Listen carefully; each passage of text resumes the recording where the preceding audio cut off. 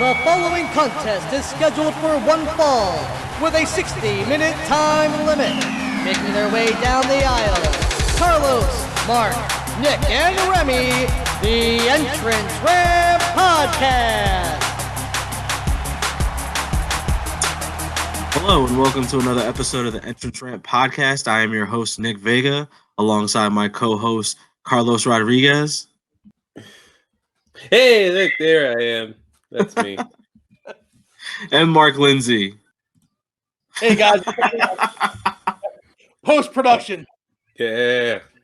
There you go. And we're going to do a rapid-fire rundown of this week's events in wrestling.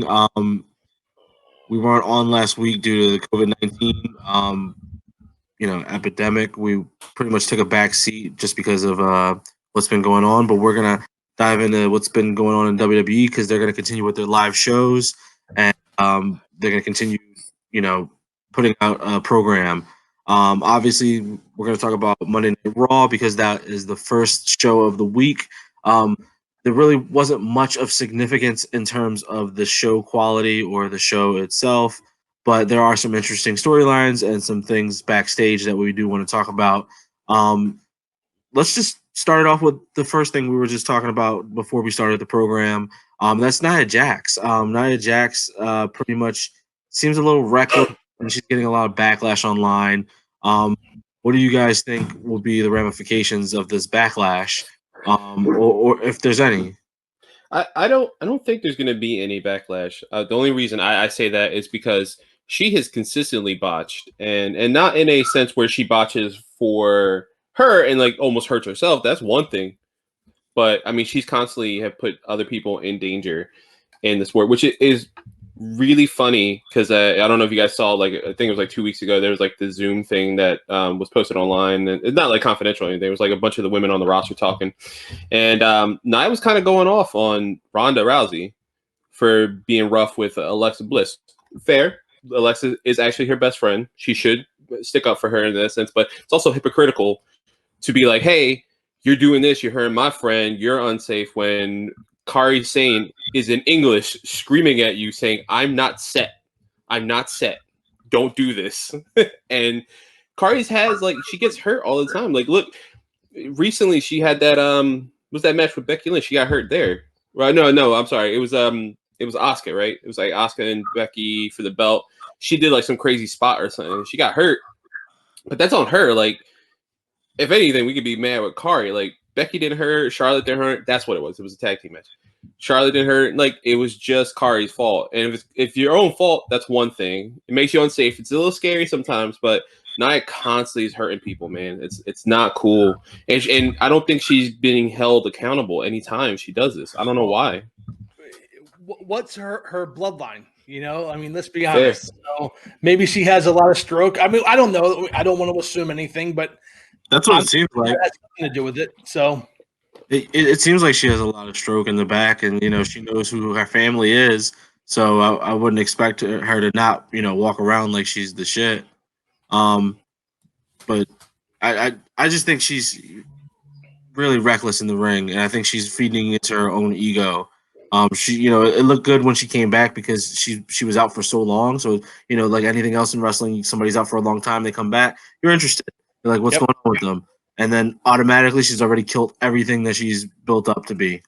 But look at the recent people who got hurt and have kind of went back to basics. Alexa Bliss last year got hurt, was out for a long time when Ronda hurt her, or supposedly we're not there. We saw the matches though. It seemed like Ronda hurt her. What did Alexa do? She went back to the Performance Center. She was like, you know what? This is a good time to kind of get back to basics, kind of refine myself. At the time, Mike Quackenbush from Philly, who runs Shakara, he was down there. He helped her get back her game. And ever since she's been back, she's been solid, man. She's been solid on the roster, solid in her wrestling game. She stepped that up even more than I thought she already was, because she already had the character and the physicality in the ring. Now she's even better after Mike gave her some time in the ring. So why didn't Ronda needs some time too. But why didn't Nia not take that time? Eat some humble pie. Go back to the Performance Center. It's there. It's a free thing for you. Why not? Yeah, definitely. So we're gonna switch gears and talk about the Money in the Bank. Obviously that's the next pay-per-view. That's what's going on in WWE right now. You We mean had, Bruce Lee's Game of Death, where you have to fight your way up the ladder? There's Mortal I Kombat. actually think that's pretty cool how they're incorporating that. And I do too. I I actually am think excited. if done the right way, it could really be something special. I mean, obviously, they filmed footage already for the match, so Right. that tells me that the match is either done or they at least filmed the end of the match. So well, they already know who the winner is. there, but look, they said after WrestleMania that they were going to do a lot more movie-like stuff, like the Bray Wyatt and Cena and the Undertaker match. I see this as being something like that as well. Maybe they'll make it cinematic. Maybe they'll make the end of the match a movie, which in this time with no fans is okay. Yeah. I think Vince recently in that was it earnings call was like 2 days ago. He recently said that like they're probably going to be taping for a little bit longer. Their timing is like what, like they do a show live and then they film the next show right after, and then So that's what they did in the 90s. they're doing two at a time, right? Yeah, before they went live every week in like 1999, they would do an episode live, and then the next night, Tuesday, they would film the following week.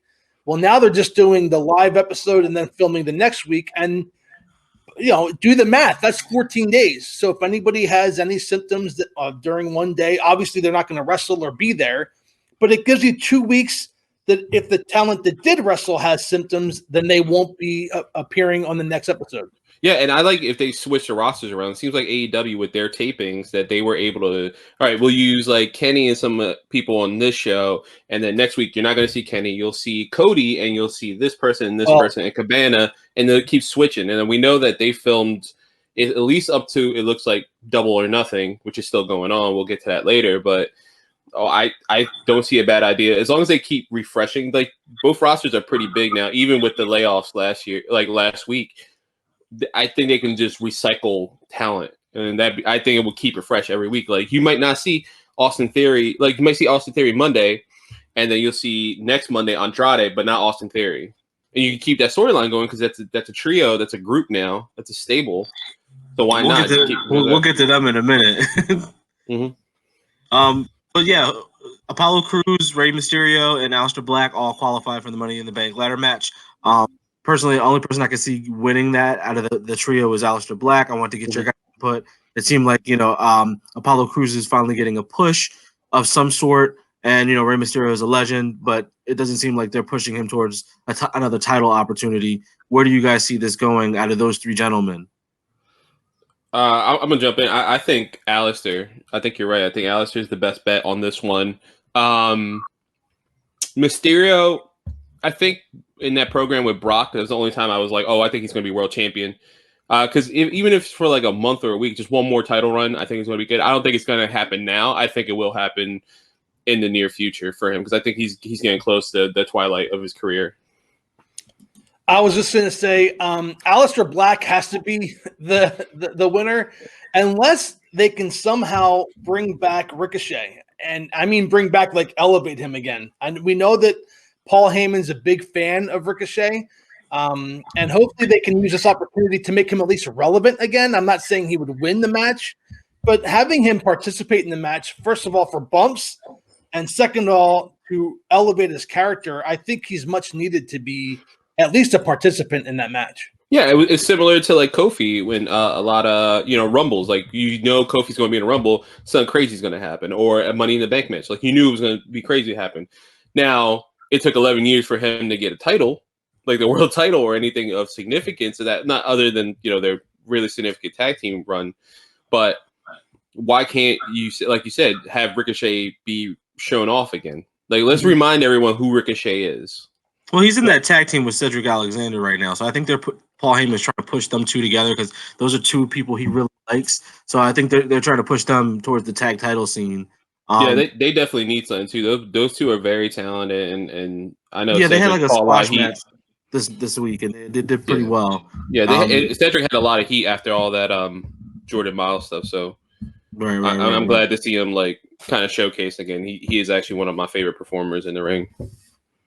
And then, well, we still have to find out, who's on the SmackDown side, but it seems like the unanimous Raw contender to win that Money in the Bank trophy. And it would fit him well if it's a cinematic piece where, it makes him more brooding and he wins by some mysterious way, a la like kind of Undertaker, but not really. We also had, Drew McIntyre speaking. We were talking earlier about Angel Garza and Andrade and Austin Theory. Drew McIntyre kind of ran over them and made them look like chumps.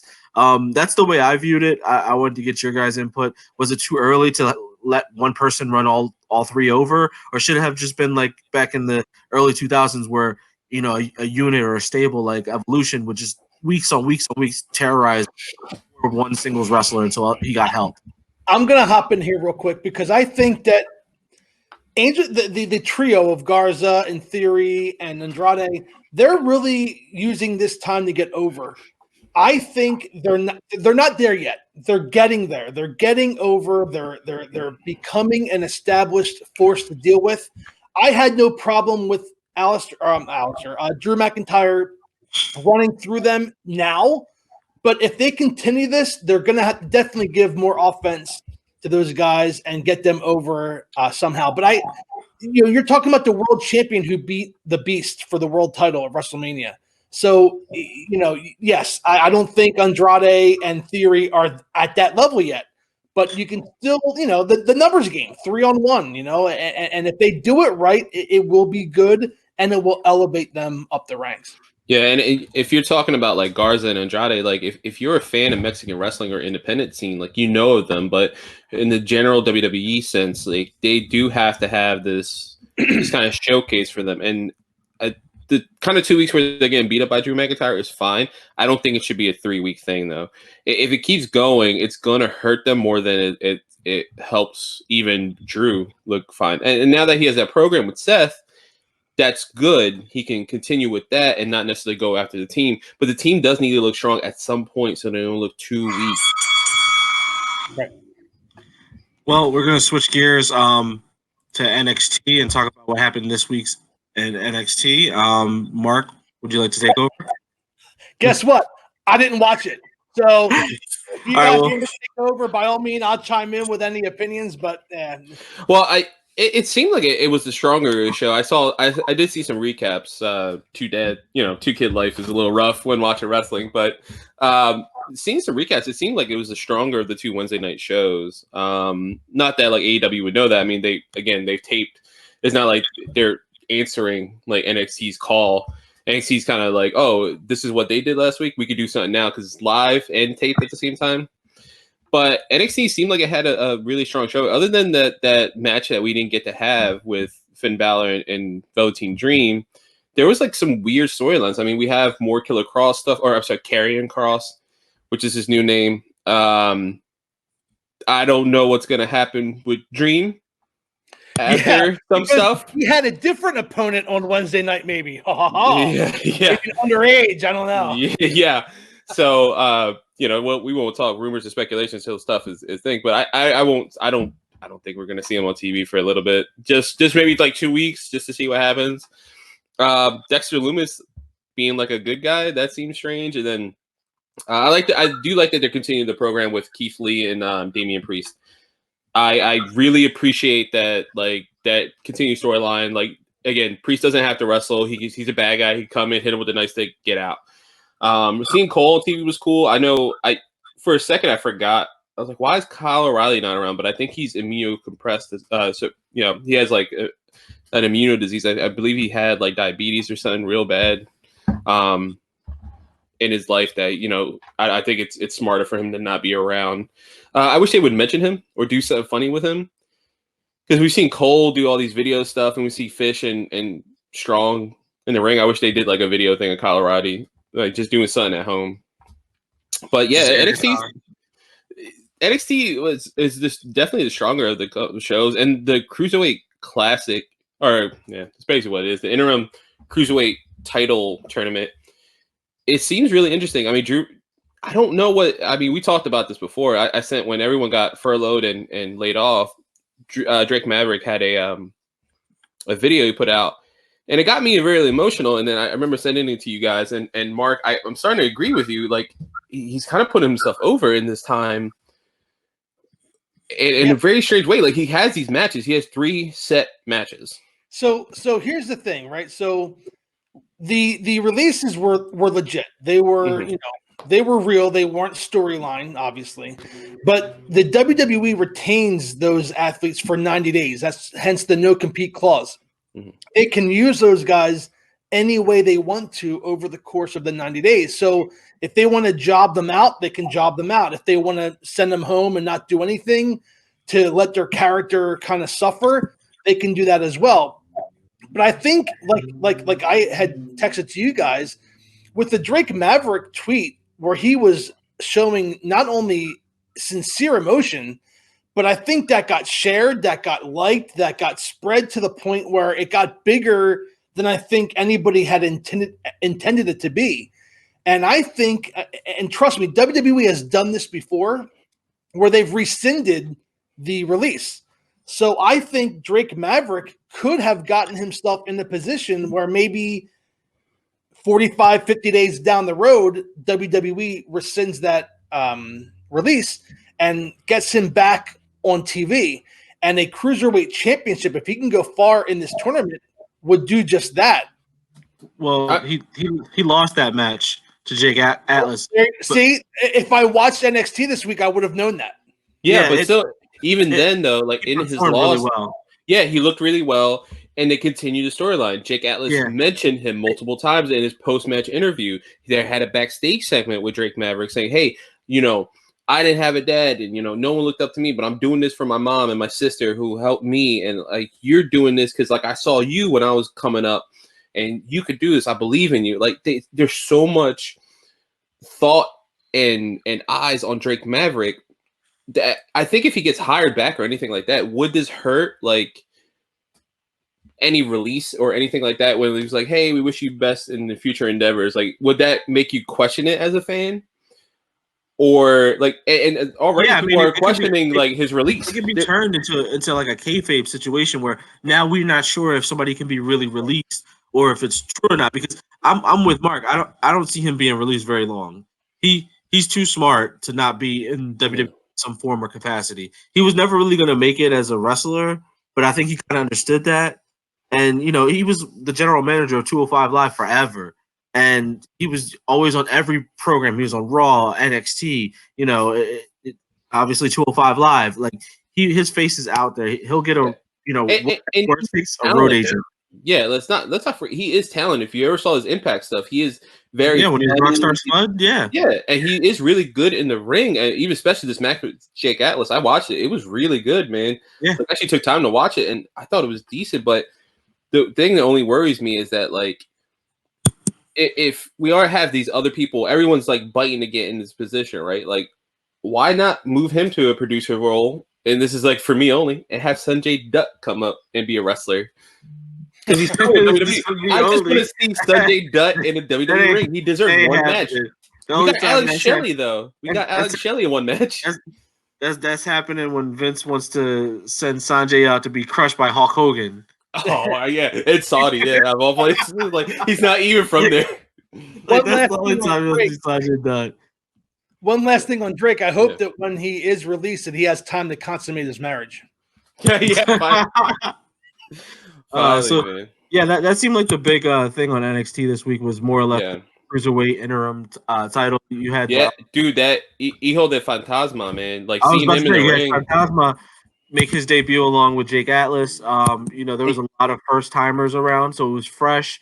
And obviously Kushida beating Tony Nese. Like there's a lot here at NXT that they're filling the time with.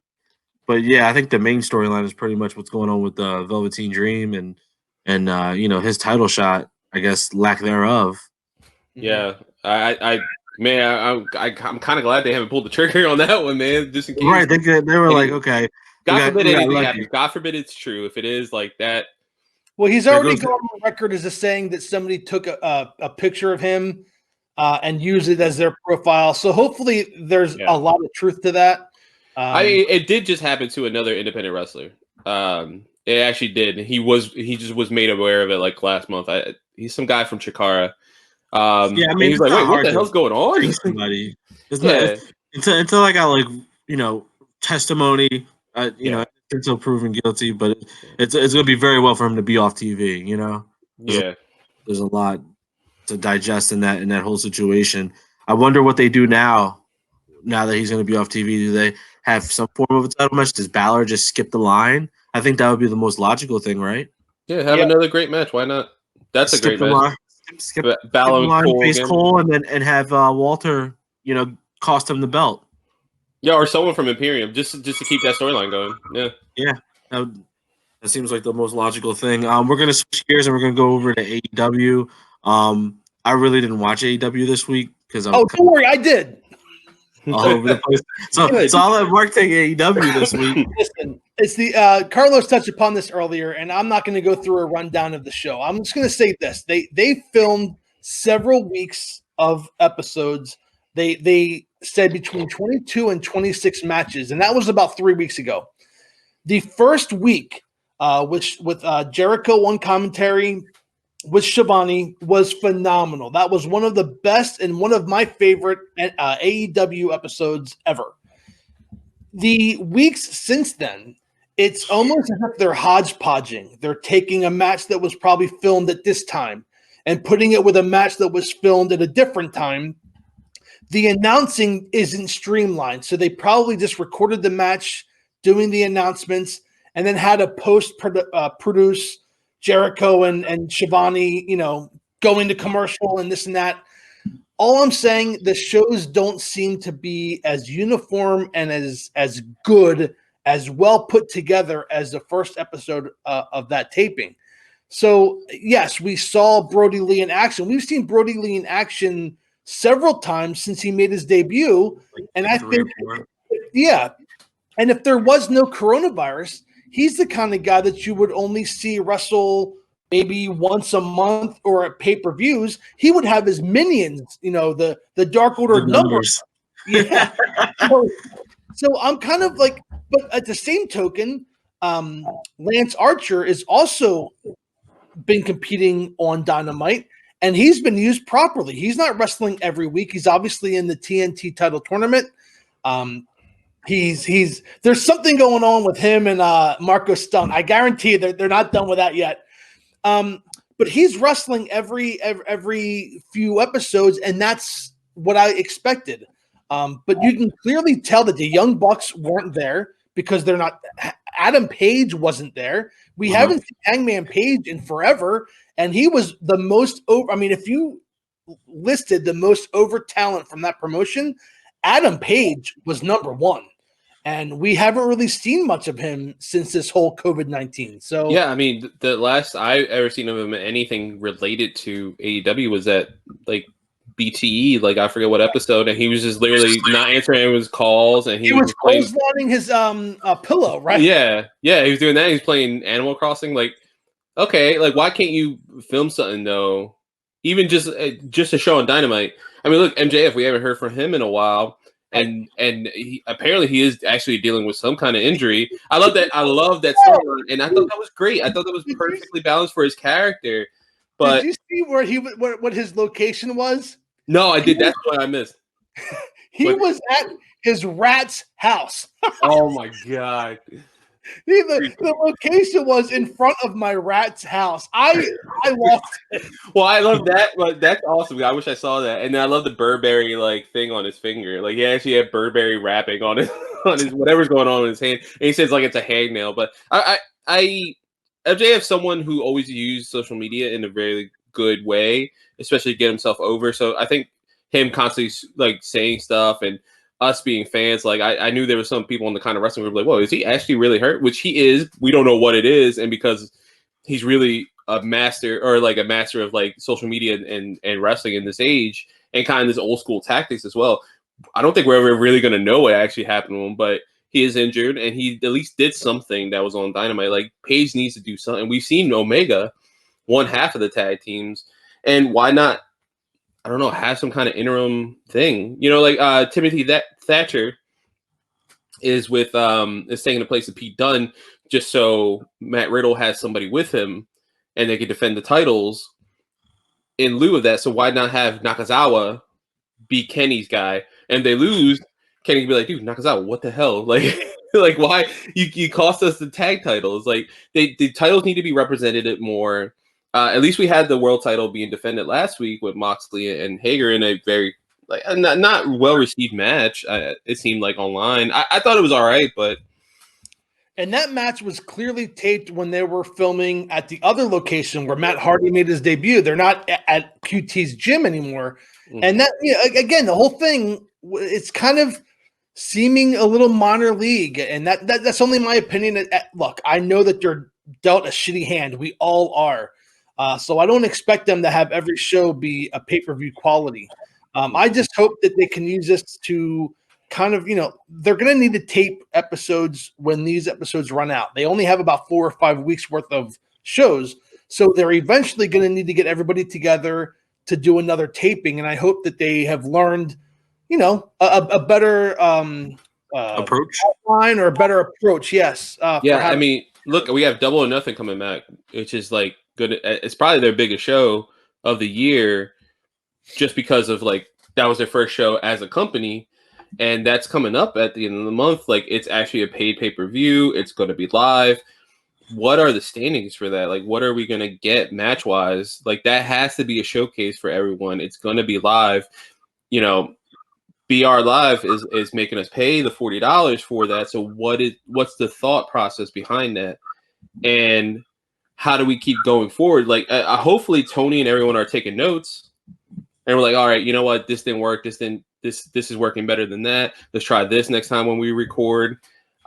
You just hope that they are having plans in place. And this is, and again, like I think it's easier to criticize them too. In like they're a new company, they've never done this before.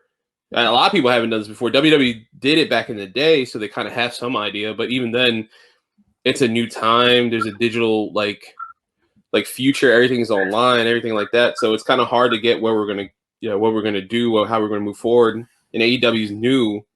It's just it's strange to see where we were with them a month or two ago. Like they were hit banger after banger after banger after banger, and now they're kind of in a lull. Yeah, well, I think. Oh, go ahead.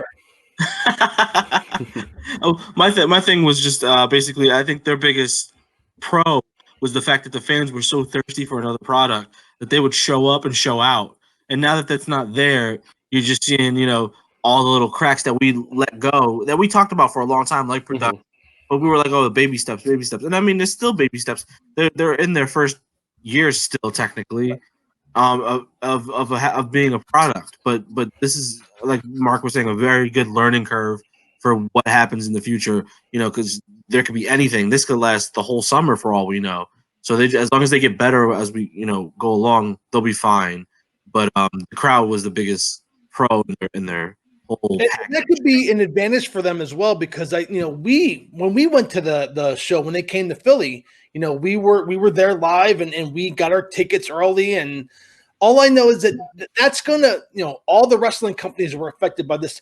Everybody was affected by this, but they're the one company that I think is gonna rebound the best, because I think people are hungrier for that style of wrestling versus Raw and SmackDown. And I will say this, that, the women's division had gotten so much better. It's still getting better. A couple of weeks ago, Britt Baker broke her nose on the air, and within a day, she had a top-selling T-shirt on Pro Wrestling Tees.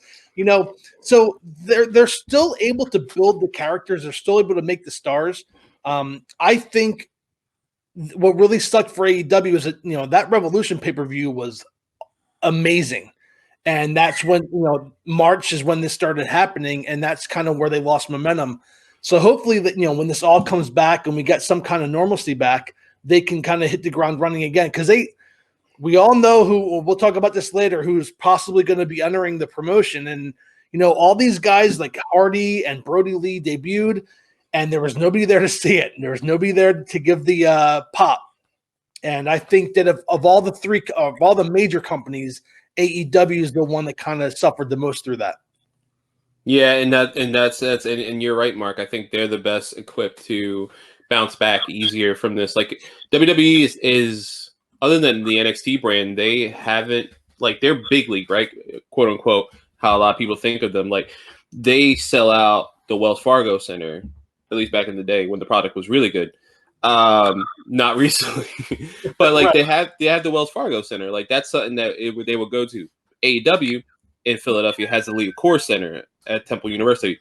Smaller stage, smaller venue, but man, was that jam packed, right? It was jam packed. Other than the TV side, which was like clear, and even then, like their first showing that I was able to go to, the first episode of Dynamite, that was where the Capitals play in Washington D.C. That place was, I'm telling you, like it was a mecca of wrestling that night.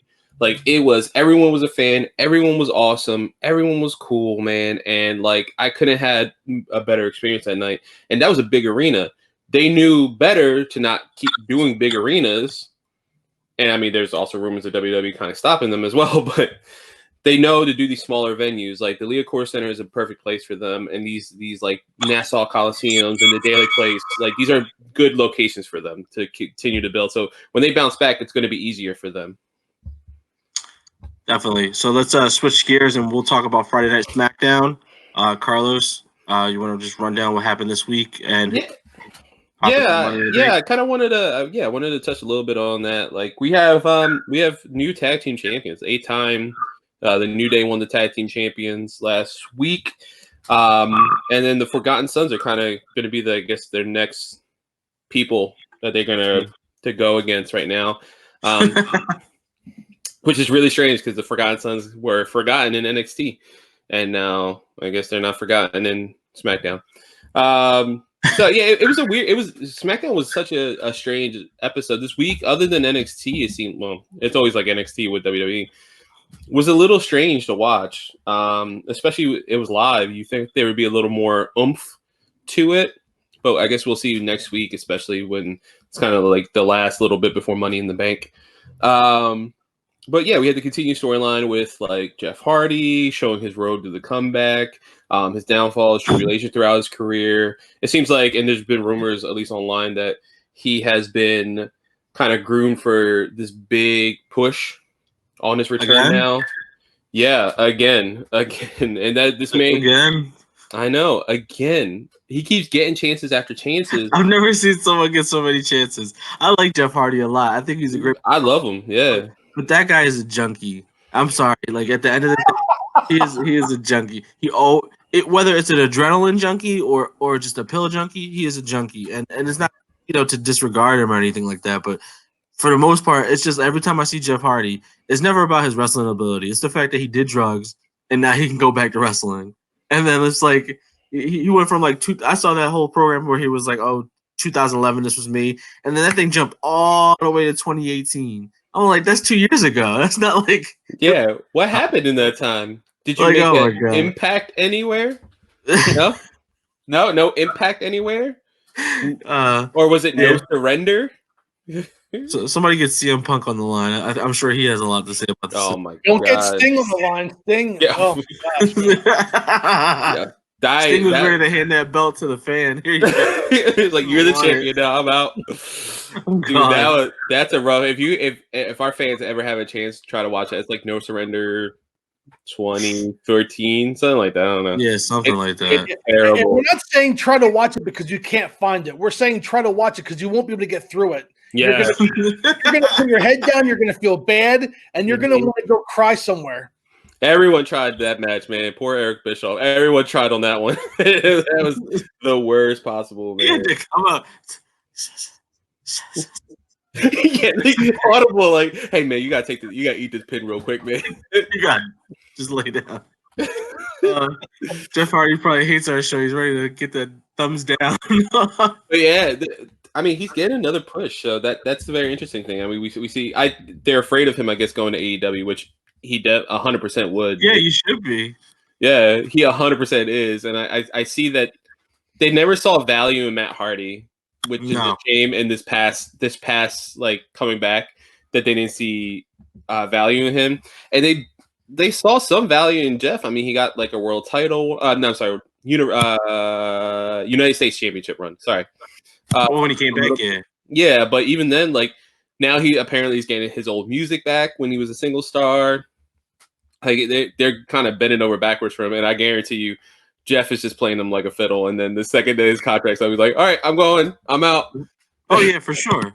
I'm gonna be Willow in AEW. Yeah, I'm gonna come back as that character." But yeah, we have that continue on. And Sheamus, it seems like he's going to be his first opponent. Which, wow, what a crazy time! You remember when Sheamus came back, and we were like, "Oh, he's definitely going to win like the Intercontinental Championship." Braun Strowman, we thought him and Braun were going to have a big feud, yeah. And now Braun's Universal Champion. Which, yeah, we did have more continuation of that storyline. I actually like the build up for that one. I'm not gonna lie. We had like a moment of bliss last week, and he got the mask. He got the old black sheep mask, and he was like visibly like stunned by it, and it looks like it's like a mind games leading up to Money in the Bank. But the interesting thing to note I saw last night is we are getting Braun Strowman versus Bray Wyatt. Oh, Strowman goes over, right? Yeah, so Strowman goes over, yeah, because he beat a man, not the Fiend, right? And I like that. I do like that they're keeping the Fiend a little special with some SummerSlam. stuff.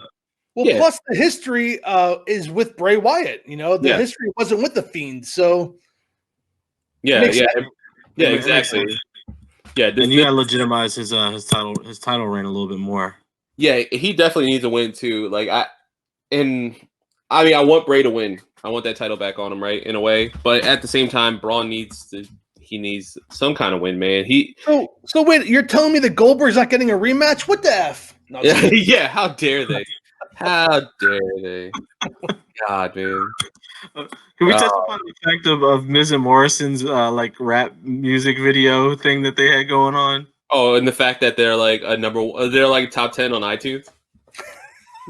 Hey, ho, ho. No, Like, are they? I think they are, yeah, man.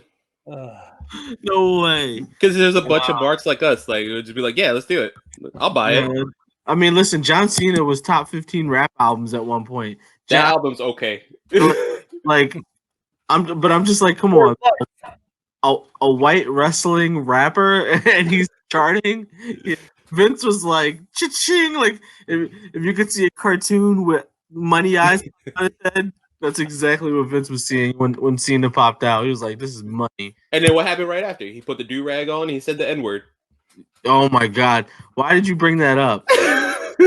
I want everyone to remember. Everyone has to remember he called John Cena the N-word. Or no, it was the Booker T.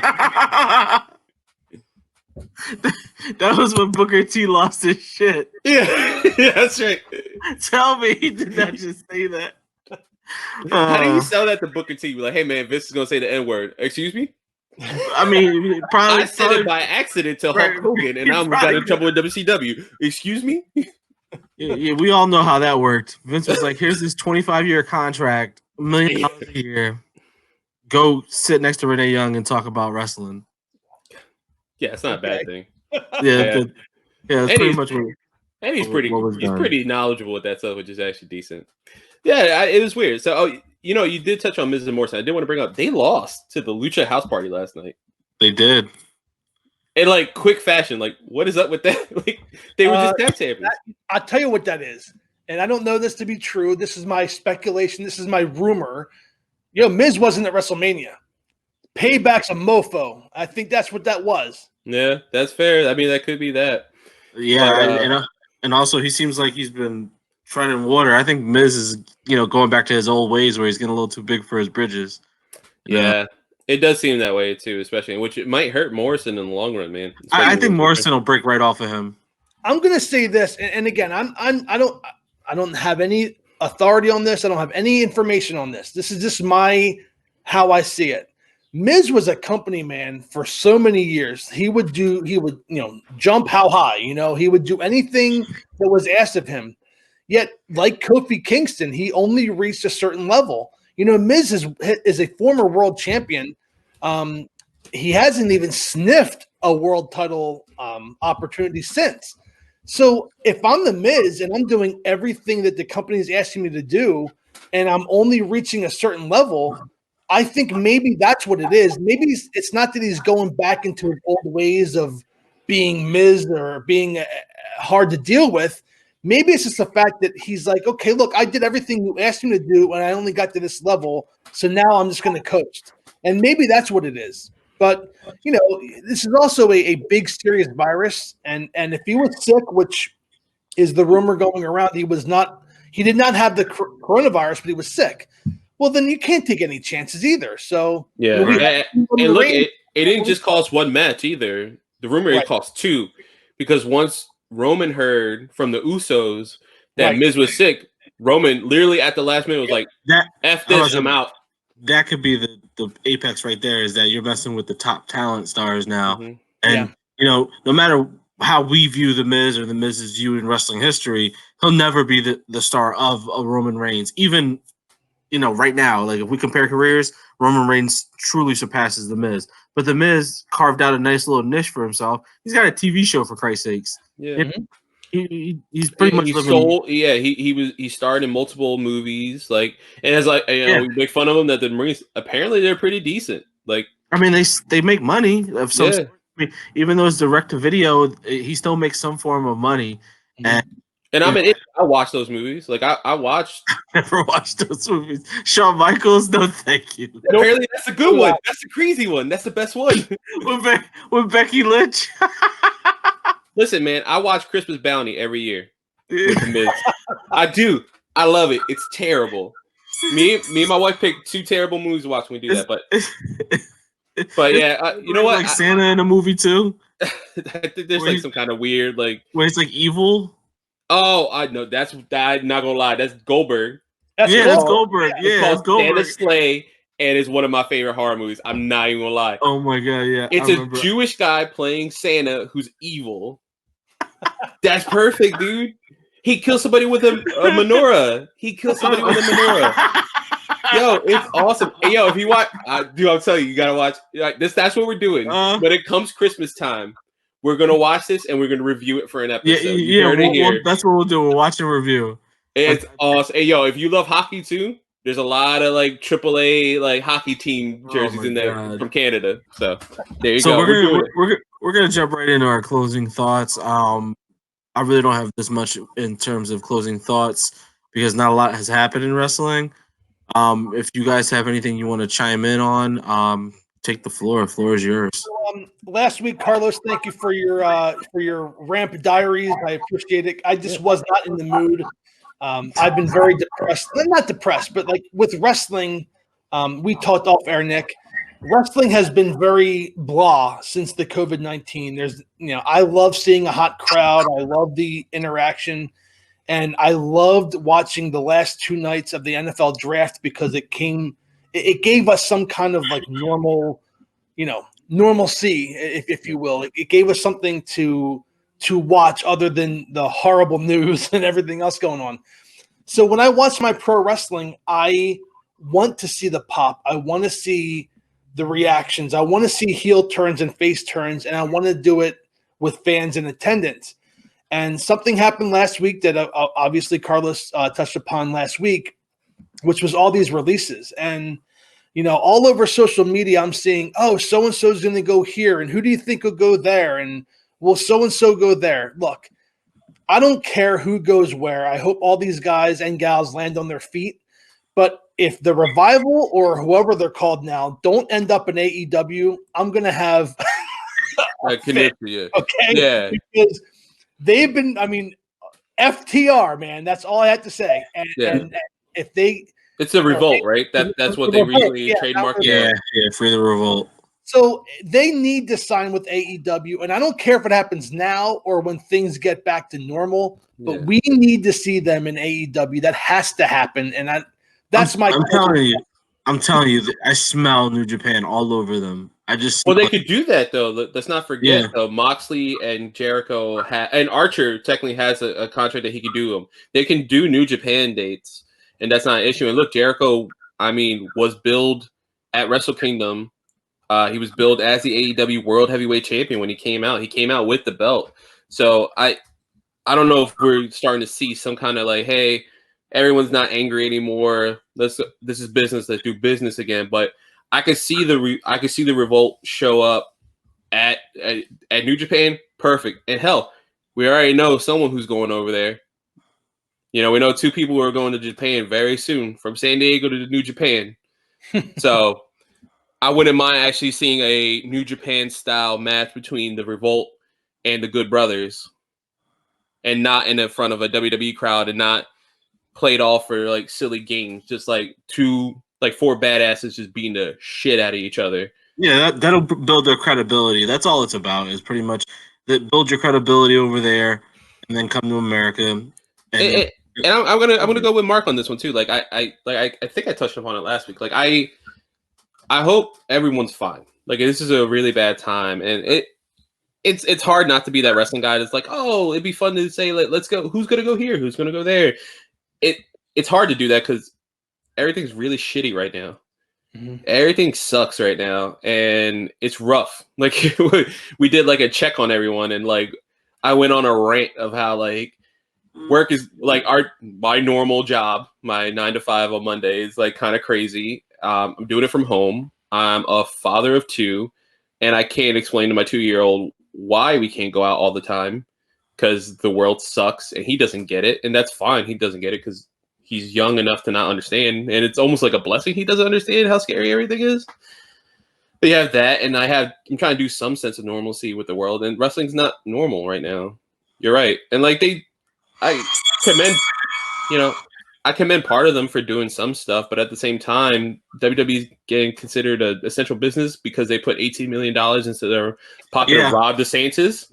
Yeah, we were talking about that off camera too. I told Mark I'd much rather everybody, be safe and everybody and they like replay classic Raws or whatever while we do this instead of putting out a shitty product or just a product that doesn't make any sense. Because then once people come back, what are we supposed to do? And let's not forget the taping thing is not for the wrestlers. It's not to save them and keep them healthy. No, right. It's cheaper for WWE to do one live and film one, do one live and film one.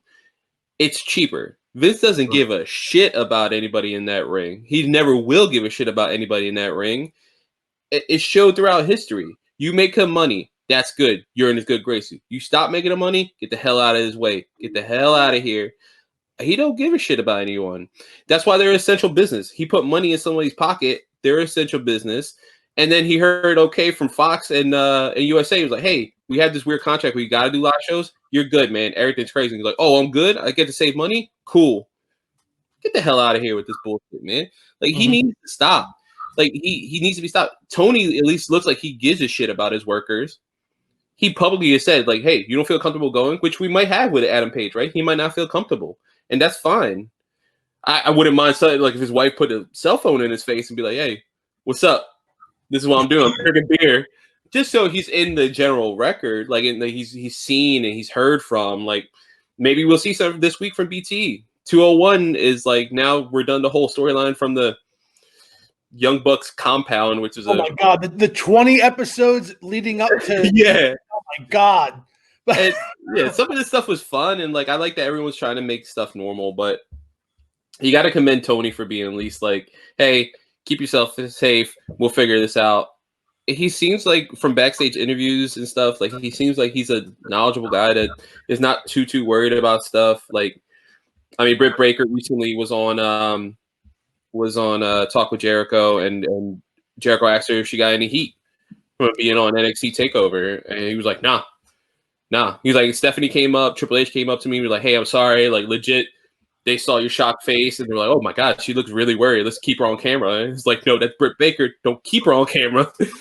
She doesn't work for us. And so like they were like, are you gonna be in trouble? She's like, I called Tony, he was cool.